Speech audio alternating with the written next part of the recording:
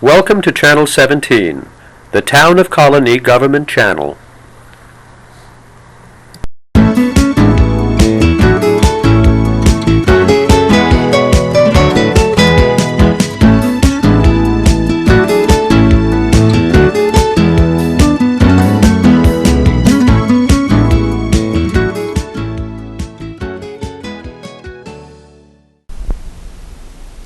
Welcome to The Money Factor, the program that focuses on local business and personal finance topics. I'm Richard Naylor, your host. Our topic today, planning and economic development. Our guest, Phil Pearson, Director of Colonie Planning and Economic Development Department. Let's go meet him. Welcome to the show, Phil. Thank you, Richard. Good to be here. Planning and economic development has been a good topic for us for the last few years because the town has been going through a comprehensive plan review and doing a lot of work in this area. So I'm really happy that you're agreeing to be on the show and can talk about this with us. Well, it's my pleasure to be here. We've had an exciting few years as we developed a comprehensive plan and now go into the land use regulations portion of this. But maybe we should go back to how this all came about. Good idea. And before we do that, tell us a little bit about your background and how you became Economic Development Director. I came to the town about 10 years ago from the private consulting industry. I was with a consulting firm that is based in Colonie, and for about 30 years of my professional life I worked in and around the town representing the development community. And so I bring that background to this public position, which I hope has helped make a difference in some of the aspects of what we do in the Planning and Economic Development Department. Well, I'm sure it does. I noticed today that while we're going to be taping the show live today, and it'll be shown a couple weeks from now, that today is Planning Day, a global planning day. International Planning Day. Isn't that appropriate? It's wonderfully appropriate. Could you tell the audience exactly what the Planning and Economic Development Department does?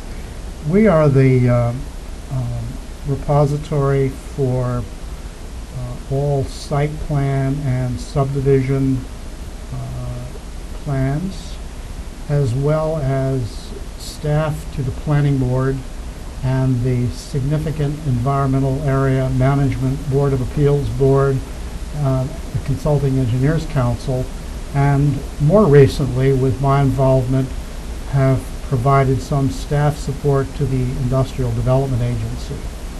We function primarily as the ombudsman for the proposed projects that come before the town, and what I mean by that is that we are the focal point of the developers as they make application to the town for a particular project. We process that through the various town agencies and in some instances the state and county agencies, and coordinate the review by each of those departments and agencies, and then bring it before the planning board when their agency reviews have been completed. We also provide support to the general public in terms of understanding and interpreting land use regulations. And don't confuse that with zoning, because zoning is the purview of the building department. They are the zoning code enforcement folks. We enforce the land use regulations. So you interpret the law and you work with people to try to bring about a successful completion of a project or to simply make the town a better place. That's correct. And in doing so, and I want to make very clear that this is not simply a department that is charged with advancing development. Frequently, that is part of our responsibility, and we do that. However, we do this in a balanced way because we have a very diverse client base in this town, and so development projects need to be done in a way that's very sensitive to the environment, sensitive to surrounding land uses, sensitive to our residential sector. So within the context of of quality of life and the laws, you help people move forward projects then. Yes, yes. Sounds good. Well, thanks for putting it that easily. Well, that brings us to the comprehensive plan, I think, because the purpose of that was to look ahead. And we had a conversation before the show. You mentioned that the role of your department has changed a little bit, so maybe we could look at that quickly before we move to the comprehensive plan. And with your permission, I'd like to go back just a little bit Of course. to understand why we embarked upon a Sure. comprehensive plan. Zoning has been in effect in the town since the early 50s. And it was predicated on studies that were done over the years that suggested certain zones were appropriate for certain areas and so on. Zoning and planning are not static documents. They move, they're living, they change. And the supervisor and the town board decided that it was time to look comprehensively across the town to identify in global terms what it is that the residents, the businesses, and the leadership of this town wanted the town to be in 20 years. And that's the basis on which we started building the comprehensive plan. We've had, as I said before, various and sundry studies that have been done, but had not officially adopted a comprehensive plan. And that's very far-reaching. That's the basis on which many important decisions relative to land use will be based as we go forward. Since we're on the comprehensive plan, I think a lot of people probably were part of the process, but many people were not. And in order to bring a few more people up to speed, could you kind of give an overview of the plan, the kind of things that it's trying to do, and the scope of the plan? Yes, and that was all dictated by the many meetings that were held with my staff, the public, and our consultant. We started the process by doing a survey, mailing a survey to all of the property owners in the town. About 30,000 pieces went out. And we were essentially, at that point, looking to our constituents and saying, okay, what's working today? What isn't working today? How can we improve? What would you like the town to look like? What are important features to it? And that is really the basis on which the plans and the comprehensive plan and now the land use regulations are built. People were saying we want a more pedestrian-friendly community. We want to recreate, in some instances, a village setting. We want to preserve some of our meaningful open space. We want development to be balanced. Today we have we're in the fortunate position of having a very healthy balance of residential and commercial development, which is good for the tax base. Right. We constantly need to look at that and keep touching back to be sure that where we're going, we maintain that balance. And those are the principal basis on which the comprehensive plan has been prepared. And there are recommendations in the plan, not to interrupt. There are recommendations in the plan. The very first recommendation in the plan is to modify the existing zoning regulations and subdivision regulations to be consistent with the comprehensive plan. And I think you've made a lot of progress there. Well, we have. If I may, I'll use that as a segue to another topic, which I'd like to have the opportunity to discuss with you, and that is the new land use regulations. Following the adoption of the comprehensive plan in August of 2005, we retained the services of an outside consulting firm, Saratoga Associates, and a land use attorney to work with my department and a committee that was appointed by the town board that represented the Zoning Board of Appeals, the Building Department, the Town Board, the Planning Board, and the Planning Department. And and the purpose of that committee, and it was called the Comprehensive Plan Implementation Committee, was to be sure that as we prepared new regulations, that we kept touching back to be sure that those regulations were consistent with the goals as set forth in the comprehensive plan. Okay. Okay. So we had public meetings during the process of the development of the land use regulations, and it was only last week that the town board conducted their public hearing to formally hear the comments from the community relating to those proposed regulations. And I've heard many people mention that this is a huge document. It's 300 and some pages long, and in fact it is. But I would remind everyone that these are not all new regulations. Part of what we were attempting to do is to put all land use regulations into one chapter of the town code, where today many of the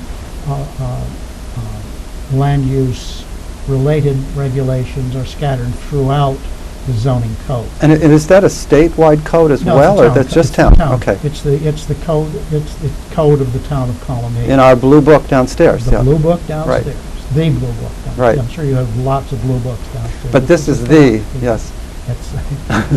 And so there are certainly many changes proposed in the land use regulations, but not everything that's in those regulations as they are being reviewed now is new.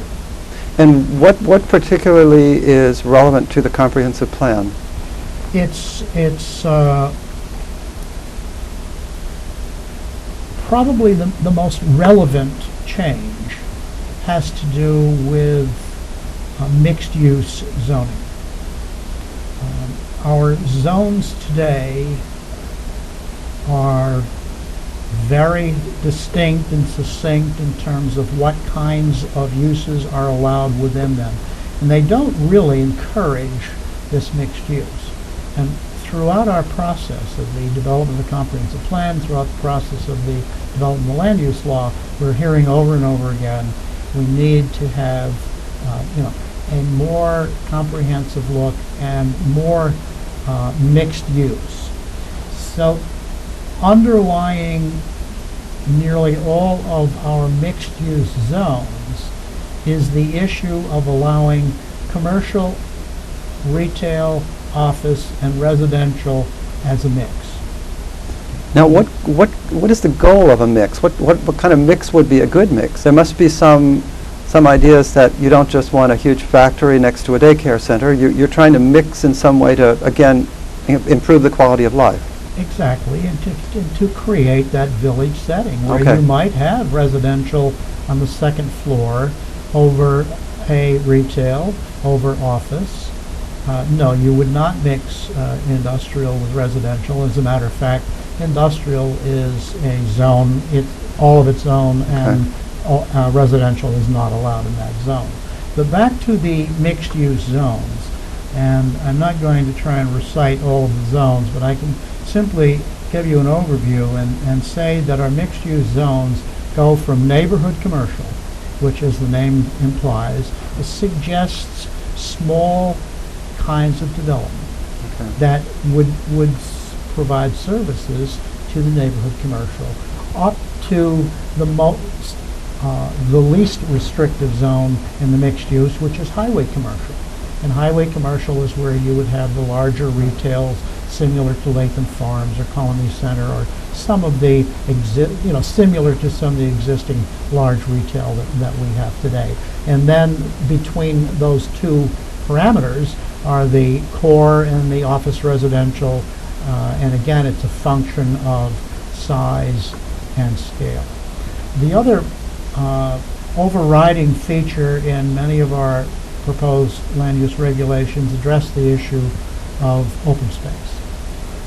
We have identified several areas in the town that are presently undeveloped, and the office or the residential development that occurs within those zones must be looked at and be consistent with what is known as a conservation overlay district. And what we That's a mean by mouthful. that, Yeah. what we mean by that is you take a piece of property that is being reviewed for development, residential development, and you extract from that parcel those areas of the land that are not suitable for development. You then identify, based on the lot size that is required in a single-family residence zone, the density that would be allowed to be built on that piece of property. It's an analytical exercise. Okay. But then you go one step further and you require that the development be done on 60% of the developable land, thereby creating 40% of the usable land as meaningful open space. And we've had provisions within town law. Section 278 of the town law provides for clustering to occur with the underlying zoning dictating the density. But we think this is a substantial step up from that, and is going to give us the open space that is meaningful, and I think this is very much in keeping with what we heard as we developed the comprehensive plan. The other concept that we're looking at is incentive zoning. And in certain areas where the infrastructure will support a higher level of development that may be allowed by virtue of the zoning, a developer can on a formula that will be established by the town board, will seek to develop the property at a greater level of intensity, and will pay a mitigation cost for this, that the town then will create a fund and use that to either buy open space, meaningful open space, or there may be projects that are important to the town overall that this can be used. This money Sounds can be very used. creative. I'm impressed with that. Well, I think it is. I think it is. It's sort of a takeoff on what is known as the transfer of development rights, but it gives us a little more flexibility to do those things that we're trying to accomplish. One of the places mentioned in the comprehensive plan is the Wolf Road area. The library is right at the end of that. Right. We've Colonie Center, we've got the park. Mhm. And the plan says that this is already maybe a good area to look at further. I have two questions. One is, how close is it now to being a good mixed-use area, and what might be done to improve it? Well, what's missing is residential. Okay. Okay, and that's how you could improve it. And just because it appears to be built out, this plan is very long life. And so we may look at some redevelopment. And as we look at that redevelopment, then let's look at some of these issues. If people want to live nearer where they work, what a prime opportunity. Right. If you want to be able to walk to shopping, what a prime opportunity. We do have some of that with our senior citizen development on the near the Wolf Road. But I believe that this is an opportunity over time to look at the mixed use that will include some residential. Now, would this be more like off of Ulinsky or one of those streets, or would Not it be actually necessarily. on Wolf Could Road? be on Wolf Road. Could be Because on we've Wolf Road. lost most of our houses. I think Yes, there's we have. one left. Yes, we have. Yes, we have. Now, this is not going to be in the next few years.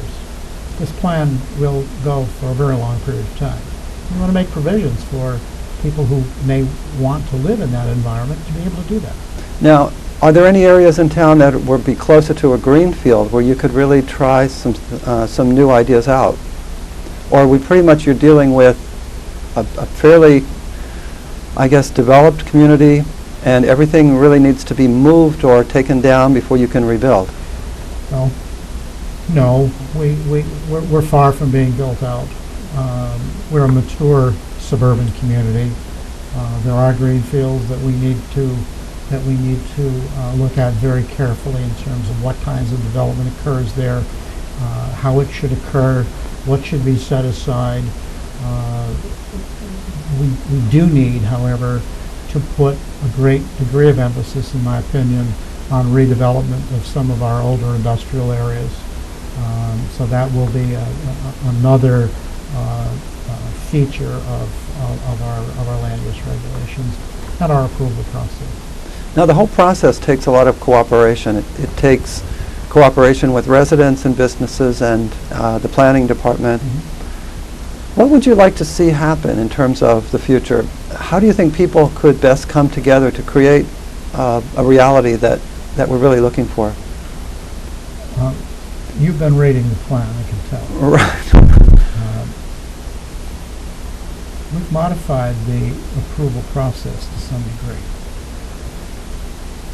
When adopted, a pre-concept meeting will be mandatory for the applicant's designer, and the affected agencies within the town who are going to have to respond eventually to that development inquiry.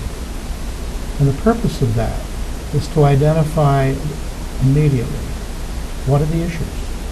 Is it water? Is it sewer? Is it highway? Is it land use? What are the issues?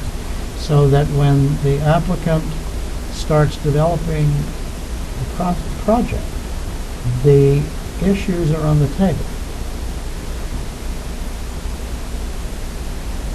I'm hoping that there will be more community input at the concept meeting of the planning board. We tried very hard today to encourage input from the citizen.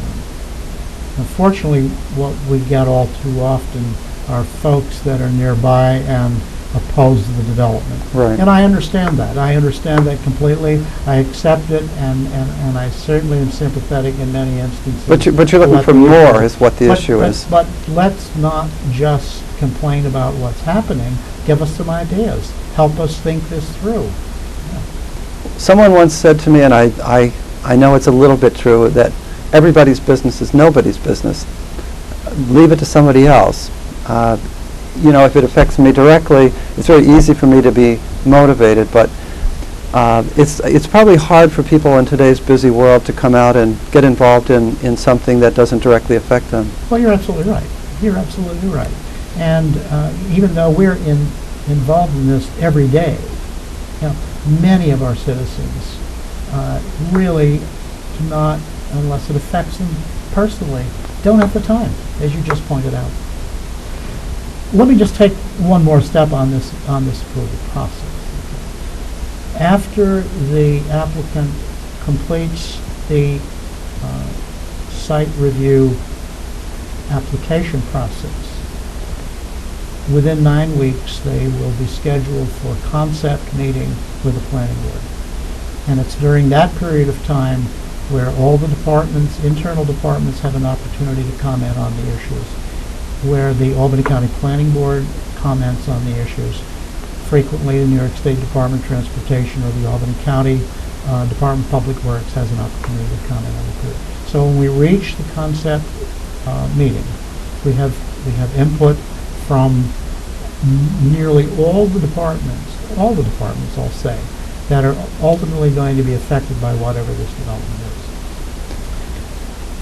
Has this been done before? This is new. process. This is just starting. The 9-week process is what's new today, or what will be new, is the mandatory pre-concept meeting. Okay. Once that has been accomplished, then we go to the process just as it is today, Okay. with the application and the comments. But you have the benefit of the thinking of all these groups before you come before the board. Okay. We're hoping that improves the design at the concept level. And that would be a lot cheaper for a developer be not to have to change things so radically. Absolutely. And it would be easier for the departments to review because they will have had an opportunity to provide input early on. Once the concept meeting has been completed, and let's assume for this discussion the planning board gives concept acceptance. The applicant then moves to the final review process.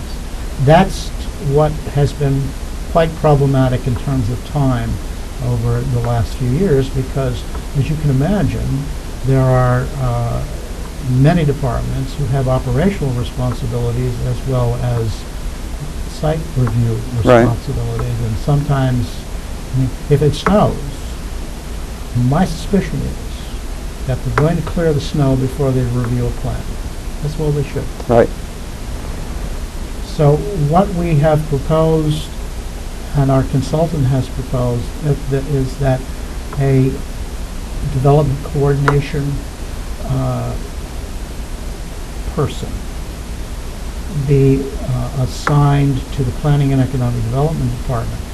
And that person's responsibility will not only be to coordinate the review process, but also to provide a substantial amount of the actual plan review. We think this will facilitate the site review process and therefore make it more compatible with the business community. Sounds good. We have only a few more minutes left, so I want to make sure that we use them in the best way. Would there be something that we haven't covered that you didn't want us to leave out? Absolutely, thank you. Let's not lose sight of the important role that the Industrial Development Agency plays. And let me just say that we've had some rather immediate successes with working cooperatively with the New York State Department of Empire State Development Corporation, Albany County Empire Zones Program, and the Town of Colonie Industrial Development Agency. Could we mention one or two? Well, yes, I'd be happy to. Probably the one that comes to mind first is a crumb rubber, CRM rubber, and they cryogenically develop a product that is derived from recycling tires and creating a rubber product that's used principally in the development of synthetic playing fields, and more recently, as you probably saw in the press this past week, the asphaltic concrete that has rubber beds in it. I did see that. I didn't remember that they use super low temperatures to create that. Well, they do. And we have a new manufacturing company in town, as I mentioned. This is their third facility, and we're very happy to have Chrome Rubber located in the town of Colonie. They have 50 employees, and they spent $5 million bringing that plant online. And I know that we're running short on time. I'm going to be real brief. The other success is with Intermagnetics General Corporation, now owned by Phillips, or about to be owned by Phillips. That was a big one, yeah. Yes, that was a very big one. They wanted to expand their facility here. They're a major manufacturing facility in the town of Colonie. They worked with the Town of Colonie Industrial Development Agency, again, Albany County, and the state of New York, where we combined our incentive programs to encourage them to stay, add their facility, bring on 75 new jobs, and stay in our community. And with the competition that we're facing, not only in the capital region, but across the country, and in many cases around the world, it's important to be able to do this. That's fantastic. Well, I think our time is out. Okay. I want to thank you very much, Phil, for joining us. My pleasure. And I want to wish everyone else a great week, and thank you for watching. I hope you watch next week, and have a great day.